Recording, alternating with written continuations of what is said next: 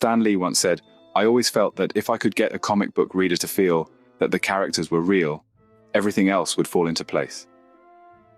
This conviction served as the foundation for a career that would revolutionize the world of comics, and it was deeply rooted in Stan's early fascination with heroes and mythology. From a young age, Stan was enchanted by the tales of ancient gods, warriors, and heroes. The grandeur of these narratives, their epic conflicts, and the larger-than-life characters that populated them sparked his imagination. These were characters that were deeply flawed, mirroring the complexity of the human condition. These were not just stories to Stan. They were windows into understanding the human experience. This fascination with mythology and superheroes was not just a passive interest for Stan. It was an inspiration that would shape his creative journey. He saw in these ancient tales the potential to craft characters that felt real to the readers, characters that were more than just their superpowers. He believed that if he could imbue his characters with the same depth and complexity found in mythological figures, he could create a world that readers could truly invest in. Stan's love for books, great stories of heroes, and mythology did more than just inspire him. It fueled his desire to create. It was in these early days, amidst the tales of ancient heroes and gods, that Stan began to envision a new kind of hero. A hero that was not just powerful, but also relatable. A hero that was not just a character in a story, but a reflection of the reader. This was the seed from which Stan's illustrious career would grow. Stan Lee's journey was just beginning, and so was the birth of a new era of superheroes. December 28, 1922, on the west side of Manhattan, on 98th Street and West End Avenue, Stanley Martin Lieber was born. Stan stated that he felt like he was born reading. He enjoyed it that much. His favorite books were Sherlock Holmes, Tarzan, The Hardy Boys, King Arthur and His Knights, and The Odyssey. One year his parents had surprised him with a bike. He would ride his bike to the movie theater and watch some of his favorite films such as Robin Hood and Captain Blood. In his favorite movies there was always a hero. He stated that he wanted to be those heroes, and he would leave the theater inspired, knowing that he had to become someone important. In 1939, teenage Stan had been let go from his job at a trouser manufacturer and had recently graduated college. Looking for work, his uncle shared with him that Timely Comics was hiring. With no intention of making this his career, Stan goes for an interview and gets hired as an office boy. His duties were filling the inkwells, running errands, proofreading, and so forth. At Timely Comics, he was amidst the wonderful creators and writers who wrote and published The Angel, The Destroyer, The Human Torch, The Submariner, and The Patriot. But the main character at Timely Comics was the new hero, Captain America. Here Stan was exposed to the world of fantasy, mythology, folklore, superhumans, and villains. A lot of what the creators were focusing on at that time was mirroring the world around them and having that reflect in their comic stories. For example, they had a comic story which involved Captain America fighting Hitler and the Nazis to reflect America's patriotic mood. In 1939, Simon Joe and Jack Kirby, who managed Timely Comics, asked Stan if he could help in a creative role and become a writer for the comics. Stan took the offer but asked that he create an alias so that his real name isn't published on the cover. From that point on, he was Stan Lee. Stan's first story was titled Captain America and the Traitor's Revenge. It was his first time understanding what it meant to be a storyteller. In 1941, 19-year-old Stan was given a huge responsibility, filling in the gaps caused by Simon and Jack's absence. Simon and Jack had left Timely Comics, and the publisher had no choice but to turn to Stan to quickly get the stories out. He was now writer and editor of the comics. In 1954, DC Comics was a major competitor, pushing out their popular Justice League of America books. Martin Goodman turned to Stan and asked if he could create a book about a group of superheroes. At this point, Jack Kirby had come back to what was now Atlas Comics, and Stan collaborated with him to create the Fantastic Four. The Fantastic Four was a group of good guys that readers could relate to, and their story having a realistic touch. The group of heroes was sent to space and accidentally affected by the cosmic rays, giving them superhuman abilities.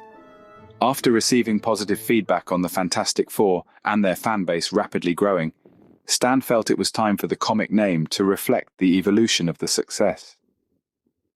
A new universe was born, a marvel of creativity and imagination, inspired by the tales of old. Marvel had been the name of a comic book that Martin had used in the past, and Stan loved the word. This was the birth of Marvel Comics. Now that you know the origins of the Marvel Comics, let's take a quick dive into Stan's multiverse of legends, myths, and superheroes. Imagine a young bookish boy, Peter Parker, bitten by a radioactive spider, inheriting abilities that set him apart from his peers. This is Spider-Man, a modern echo of Arachne from ancient Greek mythology, a skilled weaver transformed into a spider. Just like Arachne, Peter must navigate his newfound skills, facing the challenges of great power and the heavy burden of responsibility. Now picture a god among men, wielding a mighty hammer and controlling the elemental force of thunder. This is Thor, a direct tribute to the Norse god of thunder. He embodies the age-old trope of a god walking among mortals, struggling with his divine and human aspects. Then there's the Fantastic Four, a group of astronauts who gain superhuman abilities after cosmic radiation alters their genetic makeup. They mirror the Titan Prometheus, who, in Greek mythology, stole fire from the gods for mankind. Like Prometheus, the Fantastic Four grapple with the consequences of touching the divine, of possessing powers beyond human comprehension. But these characters aren't mere reproductions of ancient myths. Stan infused them with human flaws and foibles, making them relatable and real. He gave them dilemmas, moral quandaries, and personal struggles, weaving the ordinary with the extraordinary, the human with the superhuman. Stan was not just creating characters, he was crafting modern myths. He was sculpting a universe that would captivate millions, a universe where gods walk among us, where ordinary individuals can become extraordinary heroes, and where the myths of old live on, reborn in the pages of comic books.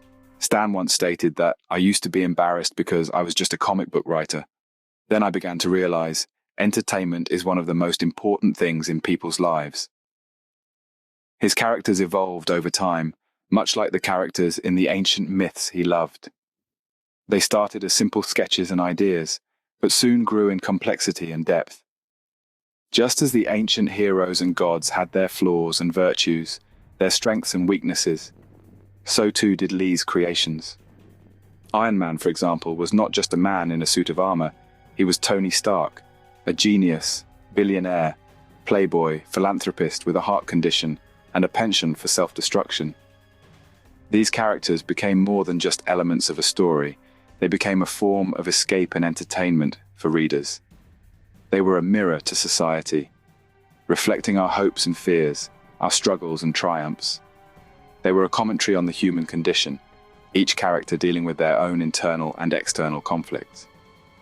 The Incredible Hulk, for instance, represented the struggle between man and his primal destructive urges. Spider-Man, on the other hand, embodied the everyday man, thrust into extraordinary circumstances, grappling with the burden of responsibility. These characters were not just heroes and villains, they were people. They felt joy and pain, they fell in love. They made mistakes. They were flawed, just like us, and that made them relatable. They were not gods, but they were godlike, each possessing powers beyond human comprehension, yet grappling with very human problems. He had created a pantheon of modern gods, each with their own stories to tell. Stan once declared, "I want to write stories that are so exciting that people will want to read them." And that he did, and more. In the vast cosmos of his imagination, he crafted a universe where myth and reality intersect, where ordinary people become extraordinary heroes, and where the fantastical becomes possible. His characters, steeped in myth and imbued with human frailties, have not only taken root in popular culture, but have also shaped it in significant ways. His myth-inspired superheroes have transcended the realm of comics to dominate the big screen, thanks to the Marvel Cinematic Universe. From Iron Man to Thor, from the Hulk to the Black Widow, his characters have become cultural icons, their stories woven into the fabric of our collective consciousness. But it's not just the characters that have endured. The themes that Stan explored in his work, themes rooted in ancient myths, still resonate today. The struggle between good and evil, the quest for identity, the burden of power. These are all timeless concerns that echo in the annals of mythology and in the pages of Marvel Comics. His legacy extends beyond the comic book pages and the silver screen. Stan's work has inspired countless other creators, sparking a creative flame in those who dare to dream, to imagine, to create. His stories have touched millions, reminding us all of the power of imagination and the potential within each of us to be heroes in our own right. There's a sense of immortality in Stan's work. His characters, his stories, his universe, they live on, captivating new generations of readers and viewers. They continue to inspire, to entertain, and to challenge us, much like the myths of old. In the grand web of mythology, Stan has woven his own indelible thread. His characters, his stories, his universe, they have become part of our shared mythos, our shared culture. They are a testament to his creativity, his vision, and his enduring impact on the world. His legacy is one of imagination, inspiration, and above all, enduring stories that continue to captivate us. The more Stan realized how influential the characters were, the more he implemented moral lessons in the stories and some moral issues that needed to be addressed, such as age, gender, and race. In 1962, he observed that society had begun to look at teenagers in a more negative light. Recognizing this, a light went off, as it often did, and Stan decided to create a superhero that was a teenager. The new superhero would be just like any other teenager today, with the same issues, concerns, questions about life, and maybe needing a little bit of guidance. Spider-Man was a relatable character and showed the readers that at this stage in life, they're trying to figure out who they want to be in life, allowing for the older readers to sympathize with Peter Parker. The idea behind X-Men was to create a familiar world where people hated mutants because they were different. The mutants in the stories were feared and bullied. The X-Men taught the reader that it was not nice to treat others with disrespect just because they were different. It allowed for the reader to ask questions like, why are people greedy? Or, why can't people accept equality? When Stan created the idea for Black Panther in 1966, it was to challenge the current issue in the world, race. Stan stated that if you want to make the world a better place, you have to be a part of that process. You have to plunge in. That's what he did with Black Panther. The comics were a hit. In the 1970s, it had only been 50 years since the 19th Amendment had passed, giving women the right to vote. Women now had a foot in the public sphere, giving them complete control over their lives and the freedom to create a better future for the next generation. Stan had always been a supporter of evolution, especially in his comic stories. Stan found that at least 10% of his readers were female. To increase that percentage, he began to pay more attention to his female audience and create more female superheroes and characters, such as Black Widow, the women of X-Men, Scarlet Witch, the Wasp, Miss Marvel, and more. His stories have become our stories, his heroes our heroes. In the end, Stan Lee was not just a creator of myths, but a myth in his own right. His legacy is not defined by the characters he created, but by the countless lives he touched and inspired. His life, much like his stories, serves as a testament to the power of creativity and storytelling leadership. Subscribe for more Marvel history and short biographies.